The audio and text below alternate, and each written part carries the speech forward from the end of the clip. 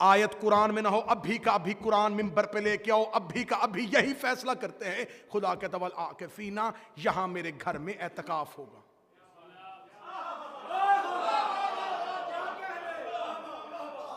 آخری سطر پہ آئے اور اب میں نے جشن ایسے نہیں جانے دینا، ورنہ اتنے مجمع کے لیے 4 جملے پڑھتا، علی کا آنا پڑھتا، کوئی قصیدہ پڑھتا، رسول کی لوری پڑھتا، بعد میں بولو بولو سخی لال کلندر کہتا، بات تمام ہو جانی تھی۔ آپ نے پوری رات کہنا تھا جشن کمال، لیکن پتہ ہی نہیں چلنا تھا کہ پڑھا کیا گیا، سنا کیا گیا، سمجھا کیا گیا۔ تو شور کرنے کا عادی نہیں، بات آپ کے ذہن تک پہنچے گی، عقیدہ منور ہوگا، پوری رات بستر پہ کروٹیں لوگے علی کی محبت کے نشے میں، یوں گلی میں چلتے ہوئے سینہ چوڑا ہوگا، فخر ہوگا علی کے نوکر ہیں۔ ہم آج اپنا امام سن کے آئے ہیں، کتنی فضیلتوں کا مالک ہے ہمارا بادشاہ۔ خدا کہتا میرے گھر میں 4 کام ہوگے، طواف ہوگا، رکوع ہوگا، سجدہ ہوگا اور اعتکاف ہوگا۔ طواف کعبے کے اندر نہیں ہوتا، باہر ہوتا۔ خدا نے اب جو بیت ہے، خدا نے کہا طاہرہ بیتی، میرے گھر کو پاک کرو، اس کا مطلب گھر شروع ہوگا دیوار کے اندر، باہر حرم ہے، بیت نہیں۔ یہ خانہ کعبہ کے اطراف میں جتنا بھی علاقہ ہے یہ حرم ہے، بیت نہیں، بیت ہے دیواروں کے اندر۔ خدا نے کہا میرے گھر کو پاک کرو 4 کاموں کے لیے، طواف، رکوع، سجدہ، اعتکاف۔ طواف کعبے کے اندر نہیں، باہر ہے، اس کا مطلب طواف کے لیے پاک نہیں کرنا۔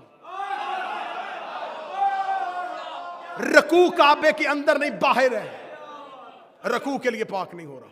سجدہ کعبے کے اندر نہیں، باہر ہے۔ اعتکاف باہر نہیں ہوتا، اندر ہوتا ہے۔ خدا نے قرآن میں کہا ابراہیم اور اسماعیل وعدہ کرو نبوتیں دوں گا، اگر یہ وعدہ پورا نہ کیا نبوتیں واپس۔ صرف وعدہ ایک کرو، گھر کو پاک کرنا۔ کس کے لیے؟ اعتکاف کے لیے۔ اعتکاف ہوتا ہے معتکف ہو جانا، کسی ایک جگہ پر رک جانا، مخلوق سے رشتہ توڑ دینا، خالق سے جوڑ دینا۔